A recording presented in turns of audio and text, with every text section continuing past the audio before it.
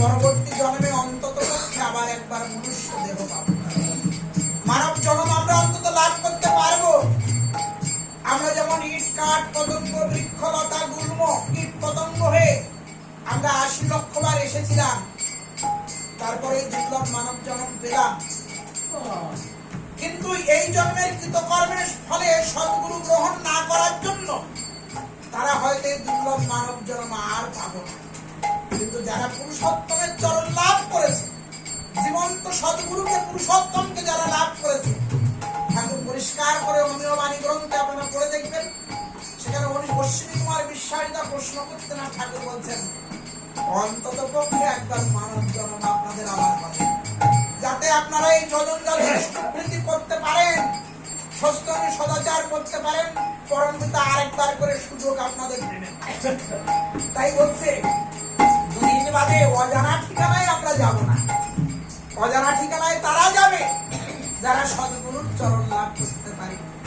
তাই বলছে আমার আমার করে লাভ নাই, আমার জীবনে সেই পুরুষোত্তমকে আশ্রয় করে আমরা যেন জীবনে সেই তার মনের মতো হয়ে উঠতে পারি।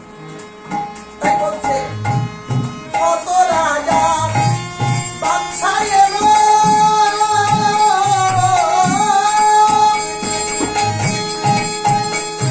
তারা কেবা কোথায় হারিয়ে গেল, হারিয়ে গেল। ইতিহাসের পাতায় কত রাজা বাদশা উত্থান ঘটেছে, কারোর কথা কেউ মনে রাখে না, কিন্তু সম্রাট আকবর, সম্রাট অশোক, তাদের কথা ইতিহাসের পাতায় স্বর্ণাক্ষরে লেখা। তার কারণ তাদের জীবনে ইষ্ট ছিল, গুরু ছিল, তাই তারা জীবনে অমরত্ব লাভ করত।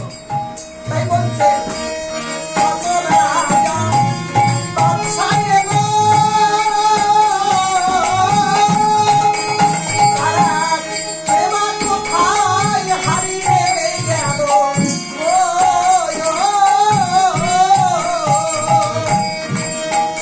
তারা দুনিয়া থেকে মুছে গেল, দুনিয়া থেকে মুছে গেল।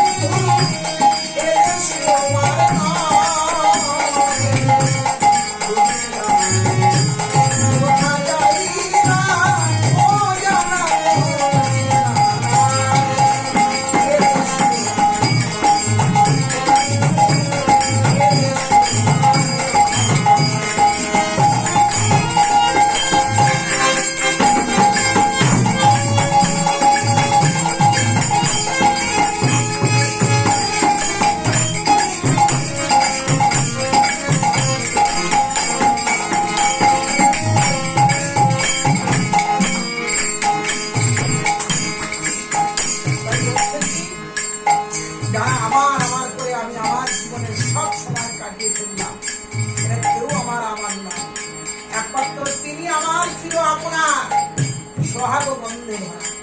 তাই বলছি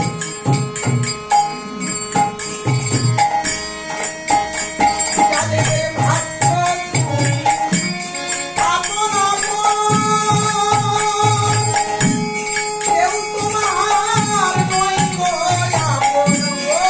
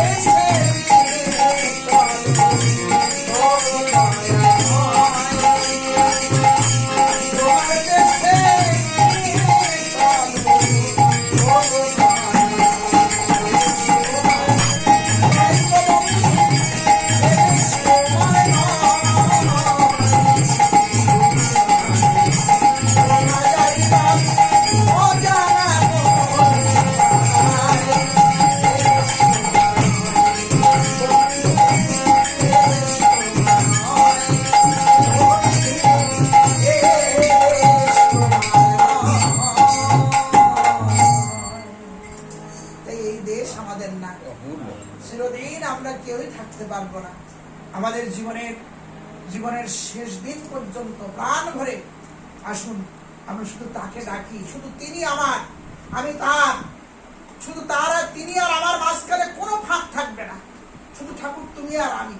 এই ভাব নিয়ে আমরা যে জীবনের সেই আমরা দেখেছি শ্রীমতী রাধা তার জীবনের শাশুড়ি ননদিনী, তাদের যে জটিল কুটিলা সে সংসার, সেই সংসার থেকে সে কিছুতেই বেরিয়ে আসতে পারেননি। সে সব অবস্থার মধ্য দিয়েও সে কিন্তু সেই প্রভুকে সর্বদা সে কিন্তু মনে রাখত, সব প্রাণ দেহ মন প্রাণ উজাড় করে দিয়ে তাকে ডাকত। কেমন করে?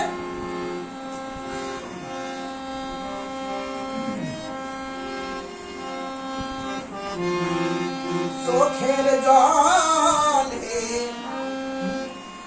বুকের তানে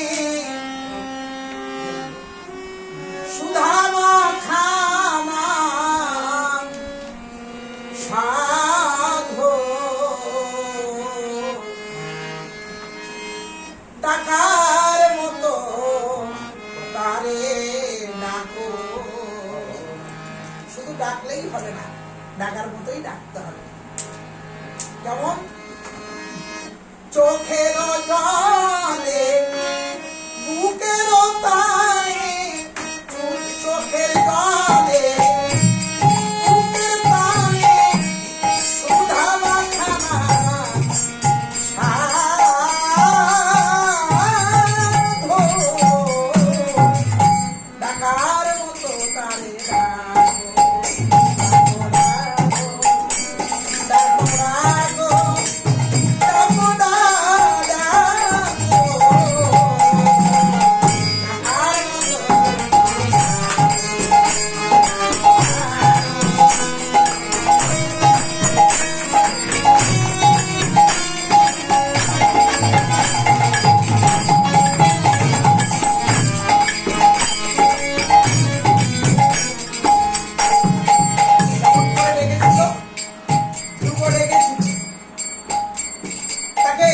পাহাড়ের উপর থেকে ফেলে দেওয়া হলো, হরিনাম বন্ধ করতে পারলো, সাপের ঘরে ঢুকিয়ে দেওয়া হলো, তবুও আমি নাম বন্ধ করবো না। তার কত অত্যাচার হরিনাম বন্ধ করার জন্য, কিছুতেই সে বন্ধ করে। তাই বলছে যেভাবে ডেকেছে, যেভাবে ডেকেছিল রাধা,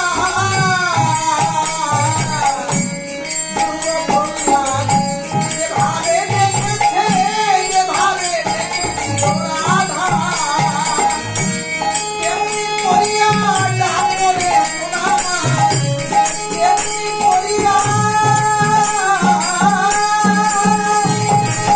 তেমনি করিয়া ডাকরে সোনামা শরণ লয়ে তারে ডাকো।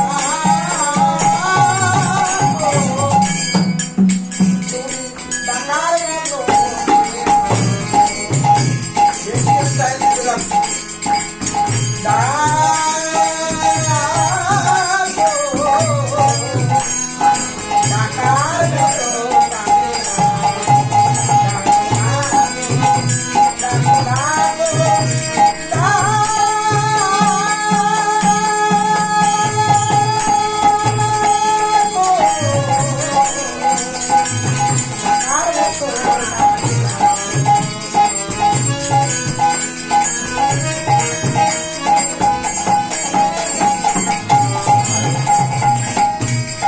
একটা শিশুর জীবনে আপনি যত কিছু আপনি ঘুরিয়ে রাখেন না কেন, সে মা ছাড়া আর কাউকে চায় না। সে মাকে পেলেই তার সমস্ত চাপ আর তার কিন্তু পরিসমাপ্তি তার কিন্তু হয়ে যায়। সব খেলাধুলো ফেলে দিয়ে সে মায়ের কোলে উঠে মায়ের আদর সোহাগ সে কিন্তু সে গ্রহণ করার জন্য উন্মুখ হয়ে থাকে। তাই বলছে শিশুরা যেমন মাকে পেলে চায় না খেলাধুলা, শিশুরা যেমন মাকে পেলে চায় না খেলাধুলা, খেলাধুলা করে ওরা খেলাধুলা